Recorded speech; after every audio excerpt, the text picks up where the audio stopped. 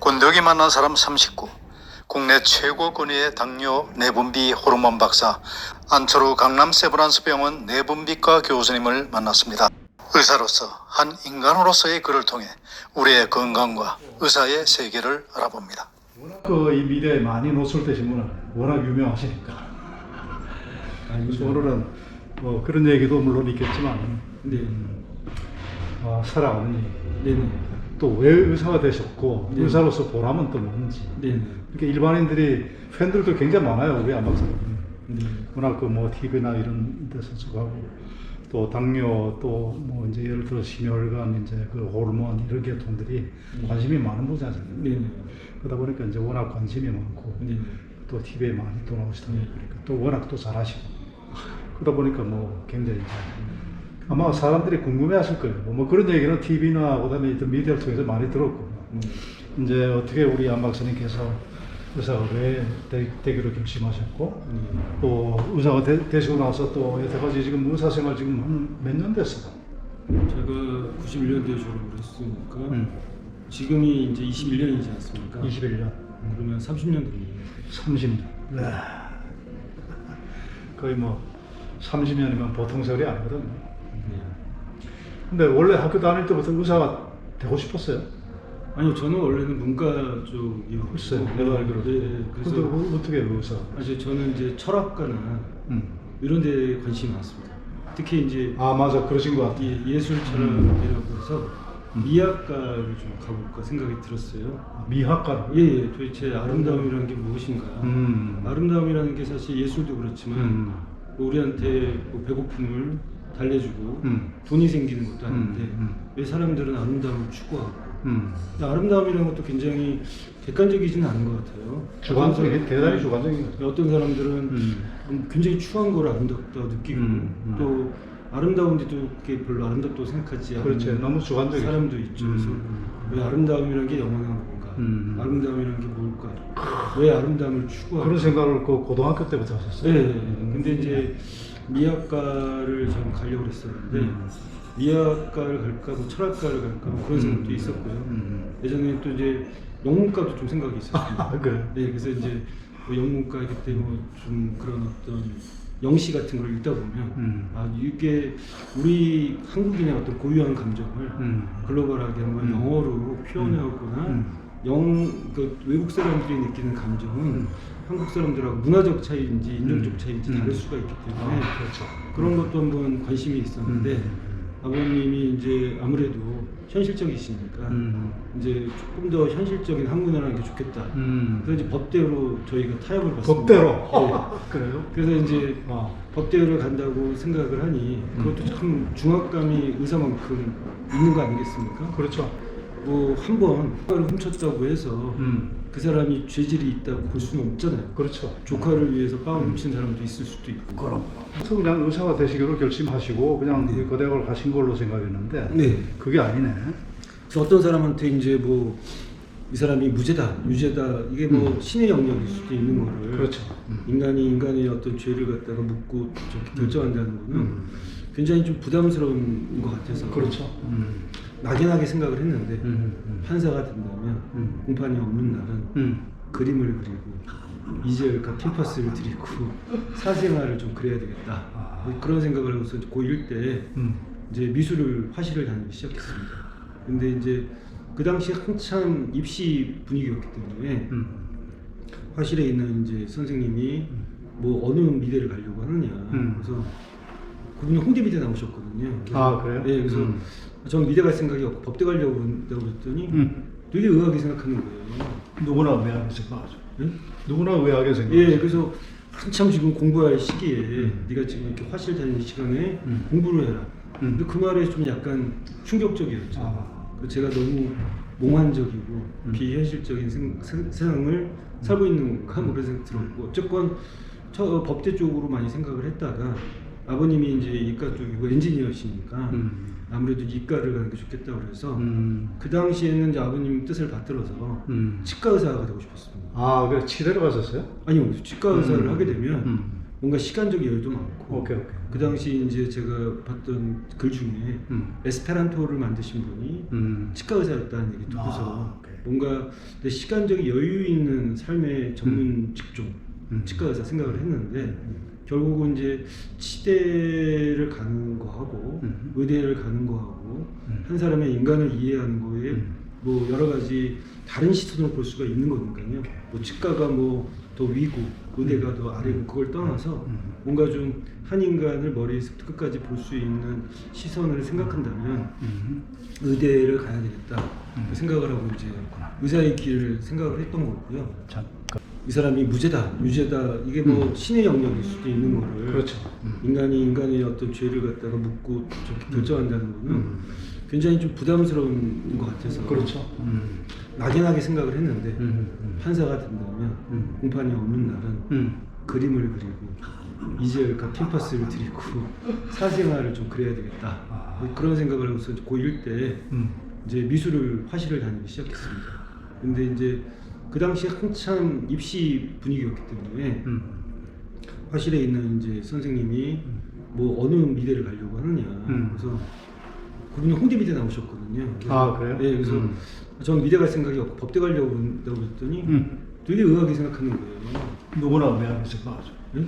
누구나 의아하게 생각하죠. 예, 그래서 한참 지금 공부할 시기에 네가 지금 이렇게 화실 다니는 시간에 공부를 해라. 근데 그 말에 좀 약간 충격적이었죠. 제가 너무 몽환적이고 비현실적인 세상을 살고 있는 가 그런 생각 들었고 어쨌건 법대 쪽으로 많이 생각을 했다가 아버님이 이제 이과 쪽이고 엔지니어시니까 아무래도 이과를 가는 게 좋겠다 그래서 그 당시에는 이제 아버님 뜻을 받들어서 치과 의사가 되고 싶었습니다. 아, 그래 치대로 갔었어요? 아니요, 치과 의사를 하게 되면 뭔가 시간적 여유도 많고 오케이. 그 당시 이제 제가 봤던 글 중에 에스페란토를 만드신 분이 치과 의사였다는 얘기 듣고서 오케이. 뭔가 내 시간적 여유 있는 삶의 전문 직종 치과 의사 생각을 했는데 결국은 이제 치대를 가는 거하고 의대를 가는 거하고 한 사람의 인간을 이해하는 거에 뭐 여러 가지 다른 시선으로 볼 수가 있는 거니까요. 뭐 치과가 뭐 더 위고 의대가 더 아래고 그걸 떠나서 뭔가 좀 한 인간을 머리에서부터 끝까지 볼 수 있는 시선을 생각한다면 의대를 가야 되겠다 생각을 하고 이제 의사의 길을 생각을 했던 거고요. 이 사람이 무죄다, 유죄다 이게 뭐 신의 영역일 수도 있는 거를 그렇죠. 인간이 인간의 어떤 죄를 갖다가 묻고 저렇게 결정한다는 거는 굉장히 좀 부담스러운 것 같아서 그렇죠. 막연하게 생각을 했는데 판사가 된다면 공판이 없는 날은 그림을 그리고 이젤과 캔버스를 드리고 사생활을 좀 그려야 되겠다 그런 생각을 하고서 고1 때 이제 미술을 화실을 다니기 시작했습니다. 근데 이제 그 당시 한참 입시 분위기였기 때문에 화실에 있는 이제 선생님이 뭐 어느 미대를 가려고 하느냐 그래서 그분이 홍대미대 나오셨거든요. 아 그래요? 네, 그래서 전 미대 갈 생각이 없고 법대 가려고 한다고 했더니 되게 의아하게 생각하는 거예요. 누구나 의아하게 생각하죠. 네? 누구나 의아하게 생각하죠. 예, 그래서 한참 지금 공부할 시기에 네가 지금 이렇게 화실 다니는 시간에 공부를 해라. 근데 그 말에 좀 약간 충격적이었죠. 그래서 제가 너무 몽환적이고 비현실적인 세상을 살고 있는 가 그런 생각 들었고 어쨌건 법대 쪽으로 많이 생각을 했다가 아버님이 이제 이과 쪽이고 엔지니어시니까 아무래도 이과를 가는 게 좋겠다 그래서 그 당시에는 이제 아버님 뜻을 받들어서 치과 의사가 되고 싶었습니다. 아, 그래 치대로 갔었어요? 아니요, 치과 의사를 하게 되면 뭔가 시간적 여유도 많고 오케이. 그 당시 이제 제가 봤던 글 중에 에스페란토를 만드신 분이 치과 의사였다는 얘기 듣고서 오케이. 뭔가 내 시간적 여유 있는 삶의 전문 직종 치과 의사 생각을 했는데 결국은 이제 치대를 가는 거하고 의대를 가는 거하고 한 사람의 인간을 이해하는 거에 뭐 여러 가지 다른 시선으로 볼 수가 있는 거니까요. 뭐 치과가 뭐 더 위고 의대가 더 아래고 그걸 떠나서 뭔가 좀 한 인간을 머리에서부터 끝까지 볼 수 있는 시선을 생각한다면 의대를 가야 되겠다 생각을 하고 이제 의사의 길을 생각을 했던 거고요. 우여곡절이 많았네요. 네, 그러니까 예. 의대 가기 전에 예. 갈등도 많았었고 네, 하고 싶은 것도 많고. 네, 아버님은 뭐 질풍노도 같은 시기에 뭔가 이제 또 현실적으로 안정된 직업 의사를 원하셨던 것 같아요. 그렇겠죠. 아무래도 부모님은 그리고 아마 제가 제일 존경하는 분이 몇 분 계신데 뭐 살다 보면은 다른 사람을 통해서 배우는 게 책을 배움보다 더 크다는 걸 느꼈는데 아버님 그 말씀이 지금 이제 돌아가셨지만 나는 사람을 고치는 의사가 네가 되면 나는 기계를 고치는 의사다. 나는 기계를 고치는 의사고 너는 사람을 고치는 의사가 됐으면 좋겠다는 말씀을 하셨거든요. 그러니까 아버님은 원래 직업이 아버님은 이제 전기 기술자였어요. 아 엔지니어였군요. 네, 그래서 아버님은 자기 직업에 대한 자부심도 있었지만 아무래도 또 이제 엔지니어나 토목 건설하시는 분들의 또 자기가 걸어가지 않은 길에 대한 또 동경도 있죠. 예, 그래서 이제 아들을 의사를 만들고 싶어 했던 것 같아요. 오케이. 그래서 이제 뭐 막연히 이제 의사에 대한 어떤 소명감, 시바이처 이런 것까지는 아니고요. 그런 어떤 뭐 단순한 이유에서 의대를 오게 된 것 같은데요. 그렇죠. 점점 의사를 오면서 어떤 의사가 되어야 된다는 생각은 많이 고민을 하게 됐습니다. 지금 아주 훌륭한 의사세요. 제가 보기에는. 아직도 부족한 게 많습니다. 그리고 또 물론 뭐 직업은 지금 의사시지만 평소에 그렇게 고교 시절 때부터 가졌던 철학이나 문사철이나 또는 법학이나 또 예술이나 네. 그런 게 관한 열정은 사실상 의사로 하면서도 네네. 가능한 일 아닌가요? 예, 그래서 이제 사실은 아버님과 타협을 하고 의대에 와서 공부를 하다 보니까 사실 굉장히 제가 의사로서의 어떤 담력과 소명감과 이런 게 없어서 그런지 예과 때는 좀 많이 방황을 했던 것 같습니다. 예과 때는. 그래서 뭐 그래가지고 이제 본과 들어가면 해부학도 하고 엄청 스트레스를 받을 거다 싶어가지고 오케스트라에 들어가서 비올라라는 이제 악기에 비올라를 심취해서 비올라를 잘하지는 못하지만 하게 됐는데 그때 이제 아버님이 제가 이제 의대 간다고 결정을 하고 나서 어느 날은 그 시장에 가가지고 생닭을 사갖고 오신 거예요. 그래가지고 닭을 한번 죽여봐라. 네가 의사한다는 사람이 저 아버님도 되게 단순하신 거죠. 이걸 갖다가 할 수 있겠냐는데 그 당시만 해도 놀래가지고 이 칼로 이 닭을 갖다가 이렇게 그러니까 그런 어떤 저 자신이 나한테 맞지 않는 옷을 지금 입고 있다는 생각 때문에 그래서 오케스트라에 들어가서 내 나름대로의 어떤 이제 해부학에서 사체를 해부하고 느꼈던 어떤 스트레스를 음악으로 풀고 싶어서 그런 이제 오케스트라에 가입도 하고 활동을 했었는데요. 지금 대표님 말씀대로 거기서 제가 이제 의사라는 것이 꼭 바쁘기만 돌아가는 것, 바쁘지만 거기서 이제 제가 어떤 제 나름대로의 출구를 좀 생각을 한 거죠. 그래서 이제 왜냐면 의사라는 게 지금은 더 많이 늘어났지만 39개의 전문 분야가 있거든요. 뭐 39개. 외과, 뭐 산부인과, 뭐 소아과, 뭐 영상의학과, 재활의학과 되게 많지 않습니까? 그래서 거기서 의대에 오길 잘한 게 뭐냐면 저의 어떤 문과적인 소양과 저의 어떻게 보면은 저는 칼잡이, 칼을 잡고서 뭐 이렇게 사람을 수술하고 그런 쪽은 아닌 것 같아요. 그래서 이제 제가 생각했던 분야는 정신과나 내과를 생각을 했었는데요. 그 중에서 이제 어떤 과를 할까 좀 생각을 많이 했습니다. 그러니까 중학교에서 고등학교 들어갈 때 읽었던 프로이드의 꿈의 해석이라든지 정신분석 인문이라는 책을 굉장히 감명 깊게 읽어서 정신과에 대한 생각을 미련을 버리지 못했는데 그때 저희 그 교수님이 내과 환자의 40%는 정신과입니다. 사실은 질병은 사실은 심리적인 데서 기인하는 게 많고 약으로 사람을 치료하는 거는 사실 그 사람의 정신을 보듬어야 된다는 얘기도 했었고요. 또 우리가 이제 어떤 사람을 치료할 때는 비유지만 이 7개의 문이 있는데 문을 하나씩 열고 들어가면 마지막에 방에는 엎드려 울고 있는 어린아이가 있다는 거죠. 그 어린아이를 눈물을 닦아주고 그 어린아이를 다시 또 7개의 방에 문을 열고 나와서 이 평야를 걷게 해주는 것이 의사의 사명이다. 그런 얘기를 듣고 나서 내과가 그냥 약으로만 질병을 진단하고 치료하는 게 아니라 내과 환자야말로 환자들이 좋은 약을 잘 선정하고 드시고 꾸준히 먹게 하는 그런 어떤 환자와의 라포가 중요하구나. 그런 생각은 지금도 변함없습니다. 그래서 사실 내과 환자들이 뭐 무슨 병이든 간에요. 암 환자도 마찬가지입니다. 그 암과 싸우려는 의지가 있는 사람하고 의지가 없는 사람하고는요. 똑같은 약을 써도 약의 효과는 다를 수 있다고 생각을 하거든요. 어떻습니까? 뭐 보통 그 사람들이 의사라는 그 직업에 대해서 상당한 선망을 가지고 있죠. 네. 또 사람을 고치는 그 직업이니까 네. 어떻게 보면 굉장히 숭고하고 그런데 얼마 전에 슬기로운 의사생활이라는 드라마가 있었어요. 네네.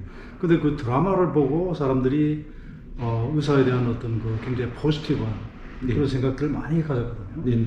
우리가 생각할 때 그냥 피상적으로 뭐 그냥 환자 보고 뭐 그러나 그 내부적으로 그런 어떤 치열한 어떤 그 이 갈등과 그다음에 그 타이트한 그 스케줄 네. 그런 것에 대해서 사람들이 굉장히 감명을 많이 받았던 것 같아요. 네.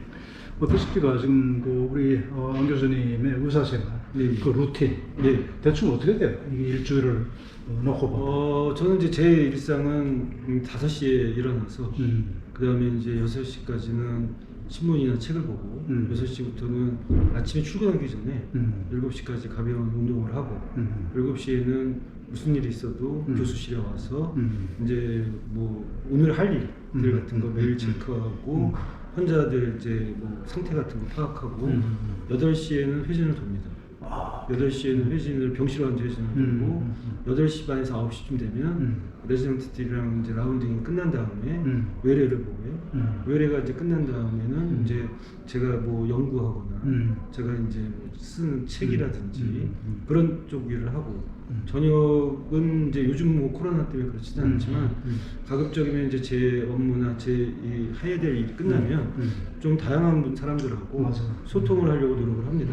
왜냐하면 의사라는 직업도 마찬가지고 판사도 마찬가지라고 생각이 드는데요. 너무 자기 세계에 갇혀 있게 되면 폭넓고 그 사람한테 관련돼서 이 세계가 좁아지거든요. 그래서 제가 항상 하는 얘기가 집하고 병원만 다니는 사람은 2개의 우주를 갖고 있고 오케이. 저는 뭐 집에 가면 남편이고 학교에 가면 교수고 진료실에서는 의사지만 어머니한테 가면 아들이고 사람은 누구나 페르소나라고 해서 다양한 자기의 역할과 얼굴을 갖고 있는 거예요. 그렇습니다. 여러 사람을 만나면 한 사람은 또 한 사람의 우주를 갖고 있기 때문에 50명을 만나면 50명의 또 우주를 통해서 그 멋진 말씀. 배우는 게 있다고 저는 생각을 하거든요. 맞아요. 그 결국은 사람의 병을 고치는 것이기 때문에 사람에 대한 기본적인 이해가 네네. 바탕에 깔려 있어야 예. 저도 좋은 의사분은 그렇게 탄생된다고 지금 믿습니다. 그런데 지금 그 하시고 계신 게 일단 당뇨, 그다음에 네. 또 호르몬, 네. 그걸 전문용어로 뭐라 그러죠? 지금 하시고 계신 것들 내분비. 내분비. 예. 근데 내분비 계통에도 입원 환자가 있어요? 그렇죠. 내분비도요. 어떤? 내분비 중환도 있고요. 그렇습니까? 내분비에서 보는 영역이 되게 많습니다. 제가 이따가 말씀드리겠지만 저는 호르몬이라는 것이 우리 인간의 생로병사를 갖다가 지배하는 실질적인 지배자, 화학 물질이다 이렇게 얘기를 하는데 결국은 이제 모든 병들이 호르몬의 밸런스가 깨지면 생기는 거거든요. 근데 그런 것들이 이제 어떤 질환이 있냐면 뭐 당뇨병이라든지 갑상선이라든지 죄송한데 이거 천천히 하세요. 그렇구나. 일반적으로 생각할 때는 내분비 쪽으로는 입원 환자가 없을 것 같은 생각이 맞습니다. 들어서. 근데 그런 이제 병들의 호르몬 질환이 이제 심각해지면 입원하기도 하고요. 근데 뭐 지금 대표님 말씀대로 내분비가 다른 과에 비해서 입원 환자가 많지는 않거든요. 그만큼 저희는 외래 환자 비중이 많습니다. 그렇겠네요. 그래서 뭐 환자 총량의 법칙이라는 게 있는데 환자 쪽에 뭐 외래 환자가 적은 사람은 뭐 수술 환자나 입원 환자가 많을 오케이. 거고 어쨌든 근데 그 하나하나의 환자를 이렇게 똑같이 책임있게 보는 거는 의사의 뭐 어떻게 보면 본분인 건데요. 그 입원 환자는 좀 적지만 또 그렇기 때문에 또 저희 이 외래 환자는 많고 어쨌거나 저희가 좀 다른 과에 비해서 시간이 좀 여유롭기 때문에 저희들은 좀 내분비 우리끼리 얘기인데요. 이게 깨알 같은 자랑일지 모르겠지만 내분비내과 의사들은 생각을 좀 많이 하고 엉뚱한 생각을 많이 하거든요. 근데 저는 지금 말씀하신 슬기로운 의사생활은 못 봤습니다만 뭐 그런 메디컬 드라마가 자꾸 생긴다는 게 뭐 예를 들면 법정 드라마도 자꾸 생겨서 네. 우리가 잘 모르는 그냥 막연하게 호기심을 갖고 있는 전문 직종의 어떤 보람이나 민낯을 보여주는 건 중요하다고 생각합니다. 예전에 뭐 하얀 거탑이라고 있었잖아요. 근데 사실은 의사에 대해서는 되게 두 가지 뭐 서너 가지의 생각들이 있겠죠. 뭐 긍정적으로 포지티브하게 생각하는 사람도 있고 돈 많은 아직까지는 뭐 네거티브하게 생각하는 사람도 있겠고 사실 뭐 어느 직종이나 다 양질의 뭐 사람도 있고 그렇지 않은 사람도 있지만 대체로 이제 뭐 의사들에 대해서 뭐 존경하는 부분도 있다 하더라도 사실 민낯도 있거든요. 근데 그런 것들이 이제 보여지는 것이 나쁘다고 생각하지는 않고요. 네네. 또 그런 걸 통해서 우리들을 이해한다는 것은 나쁜 건 아닌 것 같습니다. 하여튼 뭐 제 경우를 보더라도 굉장히 아주 즐겨봤어요. 그 드라마. 예. 어떤 때 이 모아보기로 그냥 한꺼번에 보기도 하고. 네네. 우선 뭐 드라마 굉장히 박진감 있게 진행도 좀 빠르고 네. 우리가 몰랐던 그런 어떤 그 네네. 의사들의 그 내면의 세계, 그다음에 의사들 간의 어떤 저런 것들, 이런 것들을 보여주는 것이 저는 굉장히 긍정적으로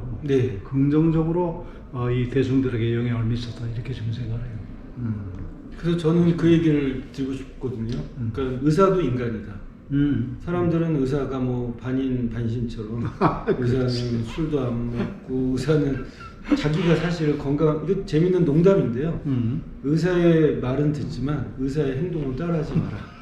의사들 중에서도 사실 보면은 저렇게 하면 건강을 해칠 텐데 이런 행동 하시는 분도 많이 계시거든요. 근데 의사도 인간이고요. 인간이기 때문에 좌절할 수도 있고 우리들끼리 얘기는 뭐 의사들도 사실은 인간이니까 그 안에서도 여러 가지 또 이제 잘잘못도 있겠지만 그러면 또 항상 이제 그 직종이 늘 좀 좋은 쪽으로 이렇게 노력하는 게 중요하겠죠. 그래요. 그 모든 분들이 지금 이제 성인병들이 지금 네. 굉장히 많이 적어되잖아요. 그래갖고 뭐 당뇨 인구가 지금 500만 명이다 이런 얘기도 있고. 네네. 아마 관심이 많을 겁니다. 그래서 그 당뇨라는 것이 무엇이고, 네네. 그다음에 그걸 예방하고 또 치료하는 데는 무엇이 절대적으로 중요한지 네. 그 포인트 좀 말씀해 주시면. 네, 그 뇌분비라는 게 사실은 이제 안으로 분비되는 물질을 연구하고 진료하는 학문이거든요. 안으로 분비된다는 것은 혈관 내로 분비되는 물질입니다. 그게 호르몬인데요. 그 대표적인 호르몬들이 뭐 인슐린도 호르몬이고 갑상선 호르몬도 있고 그래서 그런 호르몬 질환을 연구하는 게 저희 분야인데 그 중에서 당뇨병이 정말 지금 말씀하신 대로 국민병이라고 그러지 않습니까? 이 지금 당뇨 환자 500만 명. 그 다음에 당뇨 전 단계 환자가 730만 명. 당뇨 전 단계라는 것은 거의 뭐 이렇게 임계점에 정상은 아니고 당뇨도 아닌데 중간 정도. 언제든지 당뇨가 될 수 있는. 그렇죠. 당뇨 예비군 같은 사람. 당뇨 예비군. 혈당 100 이하면 정상인데요. 126이면 당뇨면 100과 126은 무엇인가? 우리는 되게 힘들어 죽겠는. 혈당이 100이라는 것은 뭐 어떤 개수입니까? 공복 혈당이 100 이하면 정상이라는 아니 거죠. 100 이하라는 것이 예. 혈액 검사를 해가지고. 혈액 검사를 해서 혈당 110 이러면 100mg per 데시리터인데요. 100mg per 데시리터. mg per 데시리터가 그 혈액 1 데시리터에 100mg 이상이면은 그게 수치로 나타나는 거죠. 그렇죠. 아주 정확하십니다. 근데 그게 100mg 데시리터의 이해가 잘 안 되니까 그냥 100, 뭐 126 이렇게 얘기를 하는데 이 100과 126 사이 공복 혈당은 그렇고 식후 혈당은 142 정상인데 200이면 당뇨라고 그러면 140과 200 사이 그런 어떤 빨간 불도 아니고 푸른 녹색 불도 아닌데 노란 불이 갖고 있는 게 당뇨 근데 전 제가 단계죠. 질문할게요. 혈당 그러니까 100하고 110 네. 퍼센테이지로 한 10% 차이잖아요. 네네. 그런데 그것이 뭐 의학적으로 내분비적 의미로서 의미하는 함의가 있습니까? 100에서 110. 예를 들어 100에서 140, 네. 그럼 40%. 네. 우리가 생각할 때 그냥 혈당이 10%더 높구나, 20%더 높구나 이렇게 이제 과학적으로 네, 생각할 수 네, 있는데 네. 그것이 의학적으로는 굉장히 다른 의미일 것 같아요. 다르죠. 다른데 예를 들면 109하고 110은 큰 의미는 없고요. 구간별로 얘기하면 100 이하는 정상이고 지금 공복 혈당만 갖고 얘기하면 100에서 110을 우리가 1단계 당뇨 전 단계라고 얘기를 하고요. 110과 126은 2단계라고 얘기하는데 이 단계가 올라갈수록 여러 가지 당뇨로 바뀌는 그 위험도라든지 2단계 공복 혈당 장애만 해도 당뇨는 아직 아니지만 1단계에 비해서 훨씬 더 당뇨가 잘 걸릴 수가 있고 이미 당뇨의 합병증이 와 있을 수도 있는 게 2단계 공복혈당 그렇죠. 그러니까 임상적 함의가 이게 이제 뭐 1, 2 차이는 중요하진 않지만 그 기준치를 넘었으면 이게 점점 여러 가지 합병증들이 올 수 있는 가능성이 높아지는 거죠. 그래서 140, 200. 근데 그런 건 사실은 이제 나중에 말씀드리겠지만 공복혈당의 얘기지 않습니까? 네. 근데 공복혈당은 그냥 매일매일 보는 퀴즈 시험 같은 거예요. 근데 퀴즈 시험을 조금 못 봤다고 그래도 우리가 미시경제가 있고 거시경제가 있듯이 저희는 뭐 공복혈당이 뭐 오르고 내리고에 따라서 혈당에 따라서 일소일비하지 말라고 얘기를 하거든요. 더 중요한 건 당화혈색소라는 거거든요. 당화혈색소라는 건 거시경제 지표처럼 3개월의 혈당치인데요. 이 당화혈색소가 6.5까지 낮추는 게 목표라고 했을 때 그게 7.5가 된다. 1%가 되면 이 1%만 올라가도 당뇨로 관련된 사망률이 21% 올라가고 그 다음에 미세혈관 합병증은 예를 들면 뭐 40% 이상 증가하고 뭐 예를 들면 당뇨 발해에서 우리가 이제 다리를 절단할 가능성은 47%가 올라가요. 이제 그런 어떤 임상적인 함의가 있게 됩니다. 굉장히 무서운 병이로군요. 그렇죠. 당뇨병이라는 게 당장은 뭐 가랑비에 어쩌는지 모른다고 혈당이 조금씩 쌓이지만 대개 한 당뇨 앓고 나서 8년 정도 되면 일단 제일 먼저 신경의 합병증이 오고 10년에서 12년 정도 되면은 망막의 합병증이 오고 15년 정도 되면 사람들이 제일 걸리기 싫어하는 투석하는 것이 말기 심부전이 되거든요. 그래서 사실은 오랫동안 지속하는 병 그리고 합병증이 더 무서운 병, 당뇨병이라는 게 그런 거죠. 그래서 평생 내가 관리를 해야 되는 병이 당뇨병인데 사실 이제 중요한 건 아까 얘기한 대로 나무를 보지 말고 숲을 보라. 예를 들면 그날그날 혈당에 제가 당부드리고 싶은 말씀은 그거보다는 당화혈색소라든지 좀 크게 조금 어떤 경우에는 이 좀 내가 1년치, 뭐 5년치의 결과가 어떻게 되는지를 봐야지. 뭐 지난달에 빡세게 열심히 혈당 조절했다가 또 이거 갖다가 뭐 해이하게 또 조절하고 그런 사람들은 오히려 혈당이 이렇게 놀뛰기를 하거나 당화혈색소가 널뛰기 하는 사람들은 더 문제가 되고요. 그 다음에 이제 우리가 혈당이 오르는 8가지 호르몬이 있습니다. 근데 우리는 지금 인슐린만 갖고 얘기하잖아요. 근데 인슐린이 아니고 뭐 글루카곤이라든지 성장 호르몬이라든지 남성 호르몬이 부족해도 혈당은 오르거든요. 그러니까 우리가 이제 아이가 성적이 안 좋으면 이게 국어를 못해서 그러는 건지 영어를 못해서 그러는지 원인을 찾아야 되고 공부를 못하는 이유가 예를 들면 여자친구를 만나서 그러는지 게임을 해서 그러는지 그런 거를 좀 알아야 되듯이 저는 이제 당뇨병에서 혈당을 낮추려는 건 중요하지만 왜 혈당이 올라갔는지 원인을 찾는 게 제일 중요하고 그 다음에 사람마다 우리가 자기 목표가 틀리지 않습니까? 그렇죠. 어떤 사람은 6.5를 맞추는 게 골프예요. 어떤 사람은 7.0을 맞추는 게 골프예요. 어떤 사람은 당화혈색소가 7.5를 맞추는 게 골프인데 7.5를 맞춰야 될 사람이 6.5까지 막 당화혈색소를 떨어뜨리면 오히려 그게 문제가 되는 거죠. 그렇습니까? 자기 능력 밖에 목표를 설정해 놓고 하다 보면은 자기 자신이 그 많이 힘들어지는 것처럼 이제 이거는 이제 그런 의미는 아니지만 여러 가지 연구 결과에서 합병증이 있거나 나이 드신 분들은 7.5 정도 맞추는 게 좋겠다든지 그 자기한테 맞는 목표치가 뭔지를 설정하고요. 그 다음에 내가 왜 혈당이 오르는지 원인을 찾고요.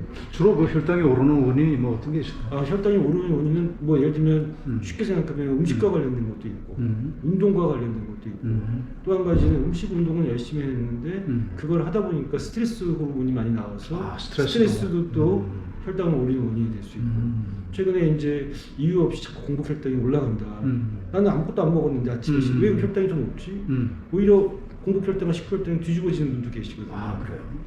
근데 그런 분들은 필경 스트레스거나 공복 혈당이 오르는 이유는 수면 부족. 밤 사이에 밥을 안 드셨어도 간에서 당이 흘러나오는 걸 우리가 당 신생성이라고 하는데 그런 경우에 공복 혈당이 올라가거든요. 그러니까 이제 수면 부족이나 뭐 그러니까 당뇨를 치료할 원인에 따라서 불면증 환자는 불면증을 고쳐야 돼요. 근육이 부족한 사람은 제가 요즘 연구하는 분야가 근육에 관련된 연구를 많이 하는데요. 나이 들면은 암보다도 무서운 게 근육 감소증이라고 하지 않습니까? 그래서 근육이 사실은 좋으면요. 내장 지방이 좀 있어도 그게 서로 보상이 됩니다. 그러니까 당뇨병을 갖다가 뱃살 지방과 허벅지 근육의 투쟁이다라고 얘기를 하듯이 예를 들면 지방이 있어도 물론 제일 좋은 건 시나리오는 지방이 없고 근육이 튼실하면 좋지만 지방이 좀 있어도 허벅지 근육이 있는 사람들은요, 허벅지 근육에서 나오는 근육 호르몬이라는 게 있는데, 아 그런 게 있어요. 예, 그게 이제 혈당도 떨어뜨리고 아. 인슐린의 작용을 도와줘서 당뇨 관리를 성공적으로 할 수 있거든요. 그러면 운동은 필수적이겠네요, 그죠? 근력을 근육을 키우기 위한. 그렇죠. 운동은 중요한데 제일 중요한 게 이제 운동의 횟수나 운동의 시간이나 어떤 운동을 하는 게 좋은 건지는 거기에 또 우리가 이제 맞춤형으로 할 필요가 있는데요.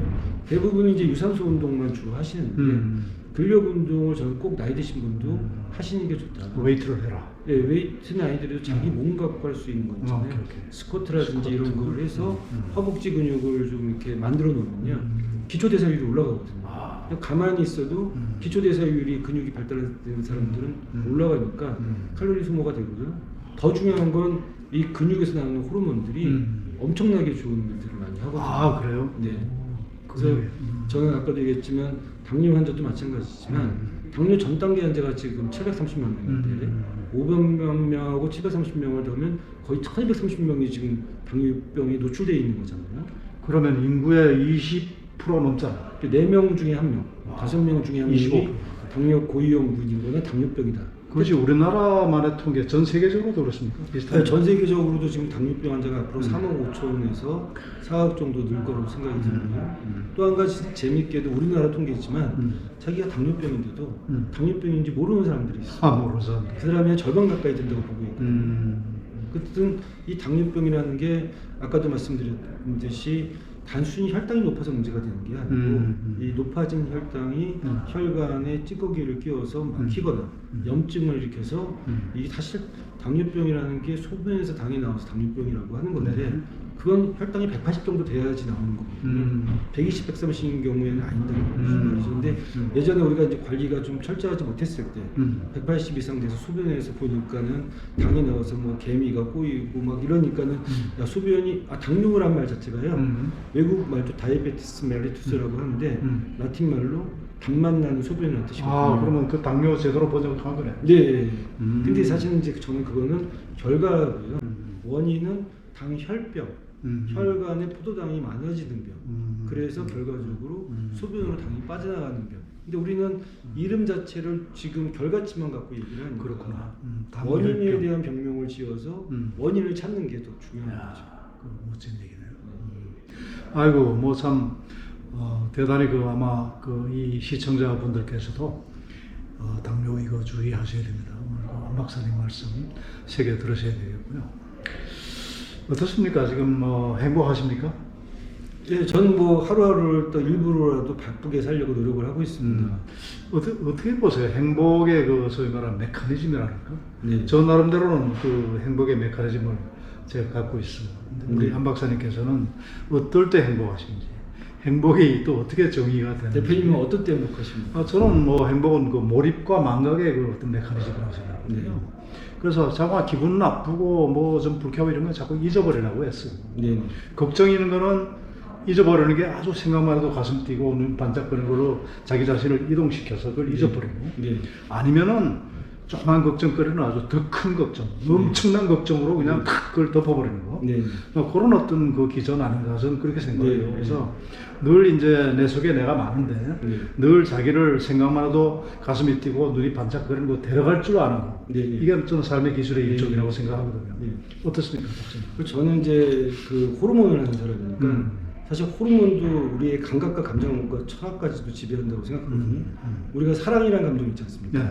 그게 사실은 4차 방정식으로 저희는 풀고 있는데 그래요. 처음에 우리가 딱 만났을 때 4분 안에 도파민이라는 호르몬이 나와야 그 사람을 호감을 갖게 된다고 해서 도파민이 우리는 나와요? 호감 호르몬이라고 얘기를 하는데 4분 안에 그 사람한테 도파민이 안 나오면 그 사람이 비호감이 되는 거죠. 네, 근데 이제 그러면 호감만 갖고 우리가 사랑이 이루어지지는 않지 않습니까? 그러면 페닐에틸라민이라는 호르몬이 나오는데 그럼 사랑을 더 이렇게 프로파게이션 시키고 더 전개시키는. 그 사랑이라는 게 호르몬의 작용이네요. 근데 결국 우리가 알고 있는 숭고한 사랑도 결국 이제 그런 호르몬의 작용이기 느끼고 또 이제 거기서가 사랑이 이제 완성됐을 때 느끼는 그 기쁨의 호르몬 엔돌핀이 나오고 또 사랑한다고 해서 무조건 뭐 정열적인 사랑하는 게 아니라 어머니가 아들을 사랑하는 그렇죠. 뭐 또 봉사하는 사랑이 있는데 그건 옥시토신이라고 그러거든요. 아, 그래요? 그래서 옥시토신이라는 것이 그게 전부 다 다고 그 기전에 따라서 어떤 어떤 호르몬이 시기에 나타납니까? 따라서 또 이게 또 어떤 이제 비율이 더 많이에 따라서 사랑의 색깔이 달라지겠죠. 그래서 이제 이런 것들이 또 바람기의 호르몬도 있습니다. 그래서 제가 볼 때는 이게 다 우리의 감각과 감정과 이런 것들이 다 호르몬 때문이라고 생각하는데 이제 옥시토신이라는 호르몬은 나보다도 그 사람이 더 잘 되기를 바라는 마음, 고슴도치도 자기 새끼가 이뻐 보이는 마음, 그런 게 이제 옥시토신이라고 그러거든요. 근데 이제 옥시토신이 또 많은 사람들은 또 이제 그 어떻게 보면은 그 사람에 대한 어떤 정절과 또 이렇게 수조를 하게 하는 그런 또 작용도 있다고 되어 있습니다. 근데 호르몬이 참 대단하네요. 근데 지금 이제 제가 엉뚱한 얘기를 얘기했지만 행복이라는 것도 저는 뭐 옥시토신과 세로토닌의 2차 방정식이다라고 제가 얘기를 할 수 있을 것 같은데요. 저는 사실은 그게 어떤 행위든 간에 남한테 봉사하는 거, 뭐 어떤 거에 대해서 몰입하는 거, 그게 사실 내한테 행복감을 준다는 거는 그때 내 내부에서는 엔돌핀, 뭐 세로토닌 이런 긍정의 호르몬들이 많이 나오는 순간이라고 생각하거든요. 그래서 실제적으로 내가 내 거를 가지려고 하는 것보다는 그게 물질적이 됐든 정신적이 됐든 내가 할 수 있는 직업에서 그거를 최선을 다하고 또 되게 보면은 선을 긋는 분들이 많잖아요. 뭐 되는 것도 없고 안 되는 것도 없고 이런 게 사실은 인간관계인데 이거는 안 된다, 이건 된다 이런 거보다는 조금 더 어떤 그 다른 사람이 부탁을 그렇죠. 했을 때는 그걸 갖다가 이제 최선을 다해서 내일처럼 이제 봉사했을 때 그게 이제 작은 봉사일 수도 있겠죠. 아니 또 큰 봉사라도 이 봉사를 할 때 나오는 그 호르몬이 저한테 행복을 많이 주는 것 같습니다. 그래서 아직 제가 많은 봉사는 못하지만 주로 제가 할 수 있는 봉사는 진료나 강연인데요.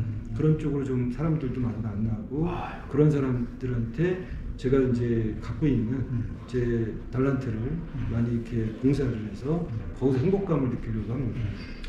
하여튼 뭐 제가 우리 안 박사님을 벌써 안 지가 한 10여 년 넘은 것 같은데 그동안 제가 가까이서 본 우리 안 박사님은 정말 의사 중에서도 정말 멋진 의사, 정말로 생각이 바른 의사, 그런 생각을 제가 항상 하게 됩니다.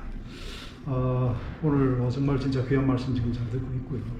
어떻습니까? 지금 의사로서의 어떤 목표가 지금 아직은 있으실 것 같고 또 한 인간, 의사를 포함한 내 인간 안쪽으로서의 어떤 삶의 어떤 지향점이나 또는 목표가 있을 것 같은데요.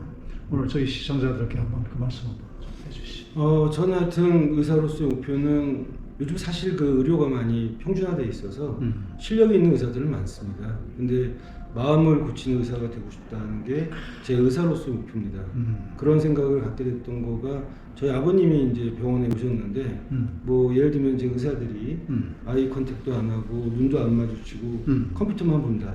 뭐 또 이제 그건 아버님이 느끼는 그 감정이었겠죠. 뭐 그분이 잘못됐다는 건 아니고 또 이제 뭐 예를 들면은 그 의사들이 좀 약간 너무 뚝뚝하다 이런 얘기를 해서 가급적이면 진료실에 오시면 지금은 이제 환자들이 너무 많아져가지고 그렇게 못하지만 가끔 그래도 저는 그 처음에 아버님 그 말씀을 했을 때 저한테는 두 번째로 아버님이 큰 저한테 가르침을 줬다고 생각을 하는데 그때 조교수 때는 환자가 많지 않아서 제가 일어서서 인사도 하고 그랬었습니다. 환자 오시면 일어서서 인사하고 그 환자가 많지 않으니까 충분히 되더라고요. 그때 이제 환자들이 느끼는 반응이 야 그래도 실력도 있겠지만 아주 내가 본 것만으로도 치료가 된 것 같다 이런 말씀을 했을 때 기뻤고요. 지금도 환자가 많아서 그렇지는 못하지만 아픈 사람이 찾아오는 거니까 가급적이면 따뜻하게 제가 다 봐드릴 수 있는 그런 믿음을 주는 게 좋을 것 같고 그래서 이 단지 질병만 치료하는 의사가 아니라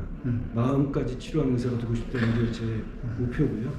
그리고 아버님의 말씀 때문에 저는 사실은 주말에도 늘 회진을 돕니다.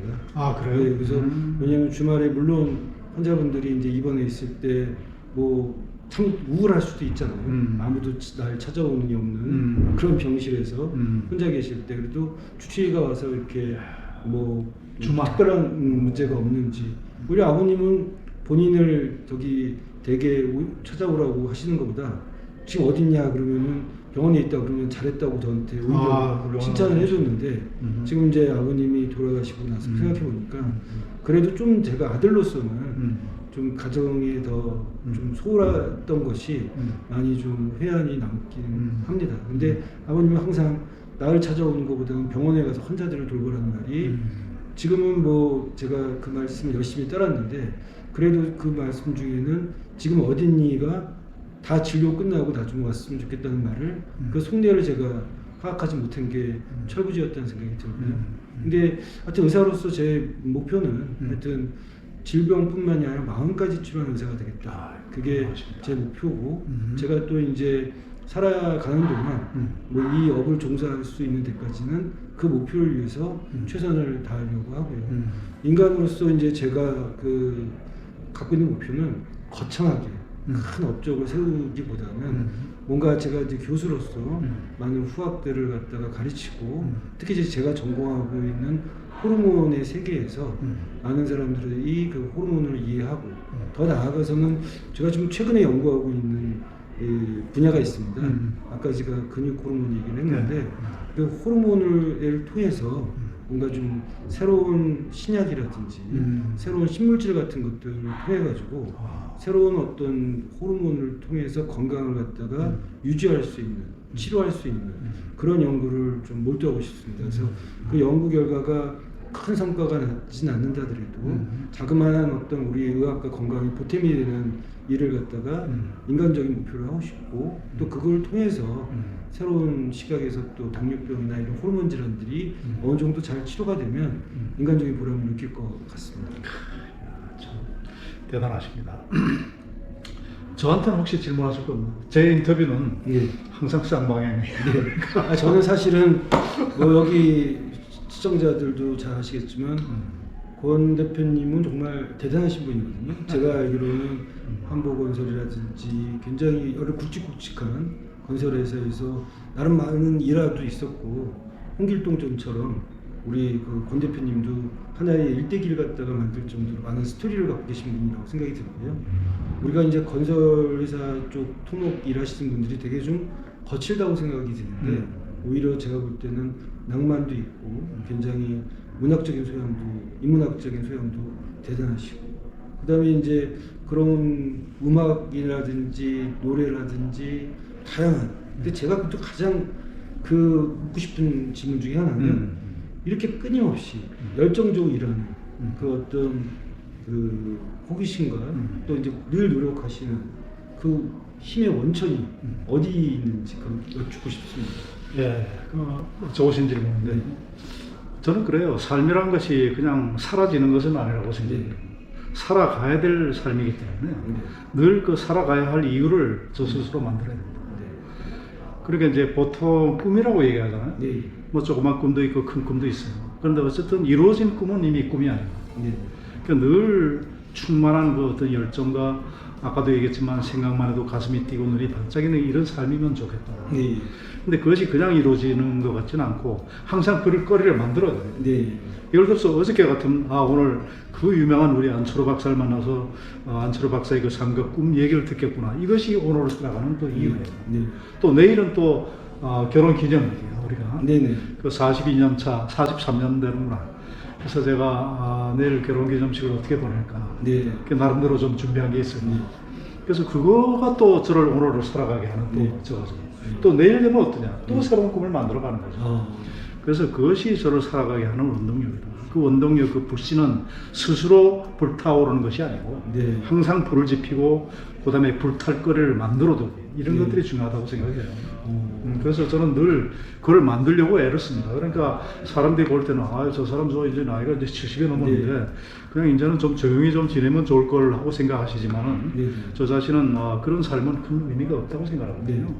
그러니까 내가 가수에도 지금 도전하고 또 그걸 기다리는 또 즐거움이 있어요.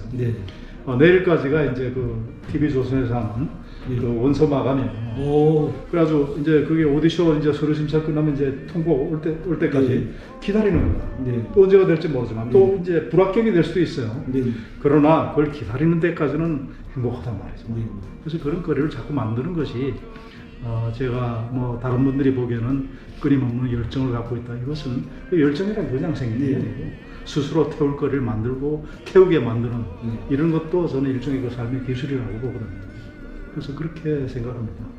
그러니까 예전에 연극 중에 뭐 고도를 기다리며라는 연극이 있었는데 뭔가 이게 기다린다는 건 정말 사람을 설레게 만들고 그게 있으면 희망의 끈이 계속 이어지는 것 같은 느낌. 그러니까 그 기다릴 거를 갖다 만드는 거죠. 설레고 설레는 새로운 어떤 그래서 제가 지금 말씀 듣다 보니까 생각이 났는데 아까 사랑의 호르몬 얘기했지 않습니까? 근데 그 반감기가 있습니다.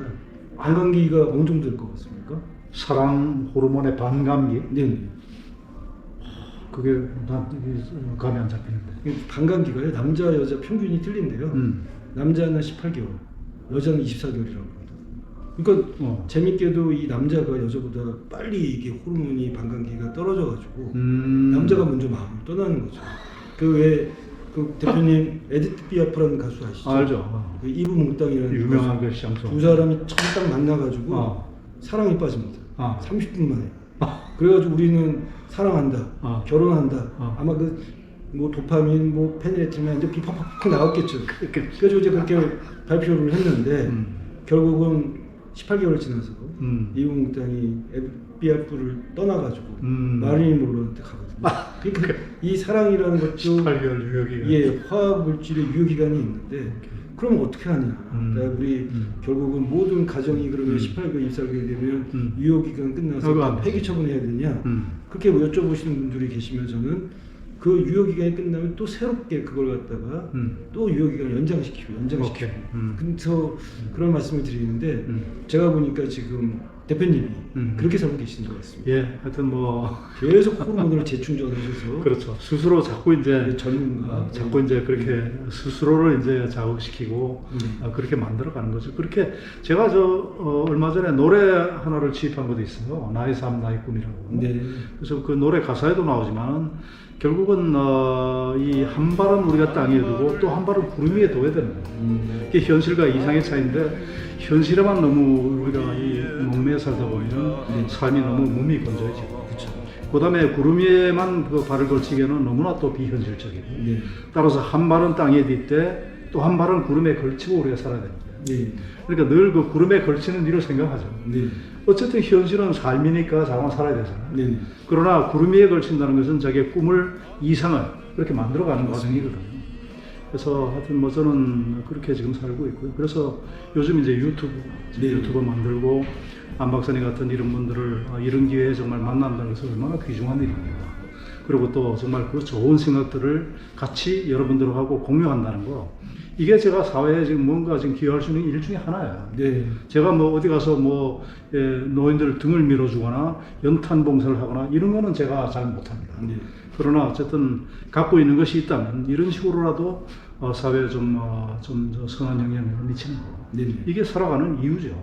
그래서 그런 이유를 매일 우리가 자꾸 만들어 가야 되는 거. 저는 그것을 일종의 뭐 꿈이라고도 얘기를 하고 그렇습니다. 그래서 그렇게 스스로를 자꾸 채찍질해 가면서 자꾸 뭘 던져가면서 우리가 살아가는 거죠.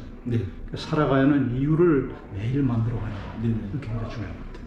얼마 전에 구독자 수가 뭐 엄청 늘어났다는 얘기 들었는데 그래봐야 지금 전 그 구독자 수 처음에는요 제가 할 때 1000명만 되면 참 좋겠다 생각했어요. 근데 그게 1000명 되기가 그렇게 힘들어요. 매달 될 때까지 안 돼. 그냥 단체 카톡방마다 제 유튜브 봐주세요. 뭐 저쩌고 막 이런 식으로 했는데 제가 역지사지로 생각해 보니까 저도 이제 그런 카톡들 많이 받거든요. 내가 유튜브를 시작했습니다. 봐주세요. 그런데 안 보거든 내가.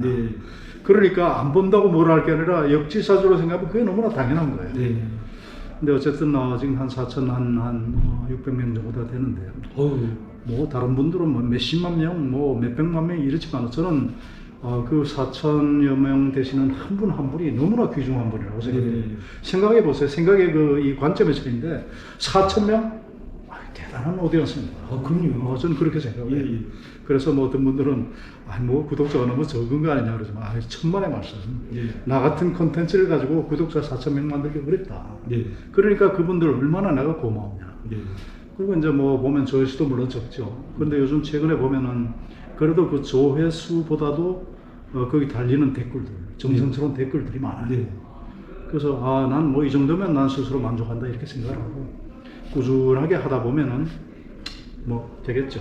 그렇게 그러니까 생각합니다. 저는 뭐 4천 명이 곧 4만 명, 40만 명, 400만 명 되겠지만 그게 뭐 중요한 것 같지 예, 않고요. 예, 맞습니다. 그 4천 명이 얼만큼 이게 로열티를 갖고 그렇습니다. 그것도 한 분 한 분들이 정성스럽게 처음부터 시종을 같이 한다는 게 네네네. 굉장히 중요한 것 같습니다. 예, 저는 아주 정말로 고맙게 생각하고요.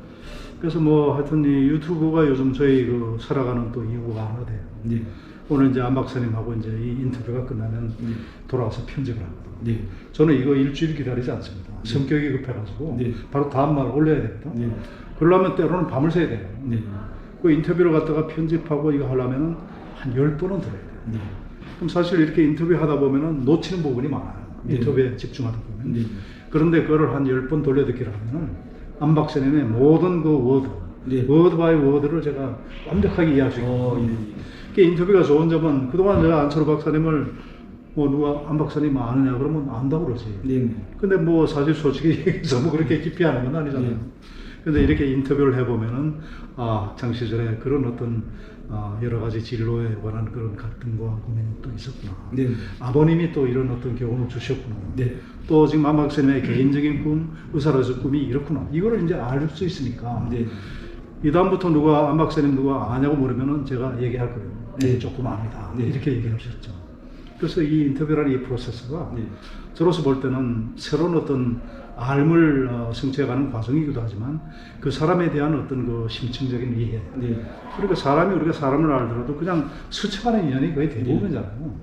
근데 어쨌든 안 박사님하고 이런 인연을 통해서 더 깊이 알 수 있다는 것은 인생에서 대단히 중요한 거죠. 좀 안다는 말이 사실은 굉장히 중요한 말이거든요. 네. 우리가 안다는 말은 그냥 피상적으로 안다는 걸 안다고 할 수는 없는 거고 성경에도 나오지만 아담이 이브를 알았다라고 나오거든요. 그러니까 아담이 이브를 알았다는 거는 그 사람의 모든 것들을 다 꿰뚫고 그렇죠. 이해하고 받아들였다는 뜻으로 생각이 듭니다. 제가 좋아하는 시인 중에 정현종이라는 분이 계신데 그분의 이제 방문객이라는 시가 있거든요.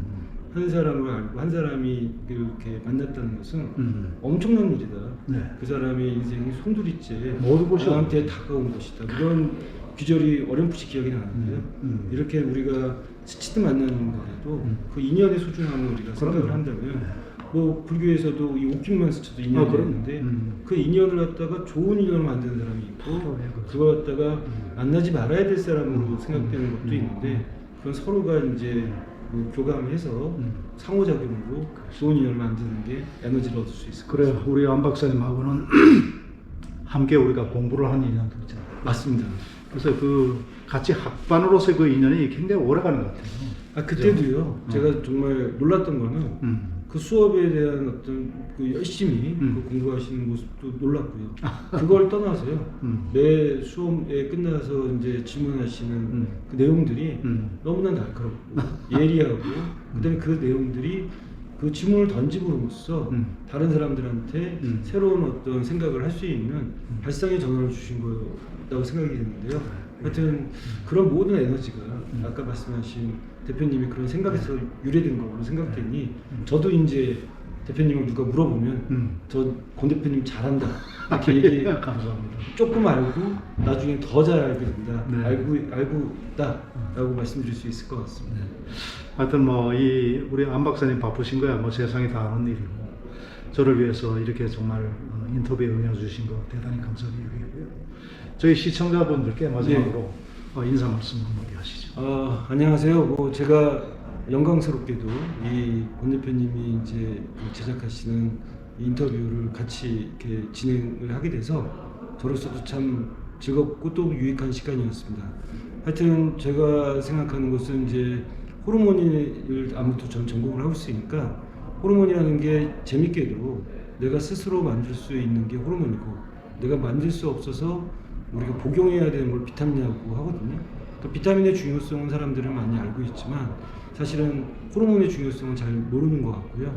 나이가 들면서 제1의 갱년기, 제2의 갱년기, 제3의 갱년기가 있습니다.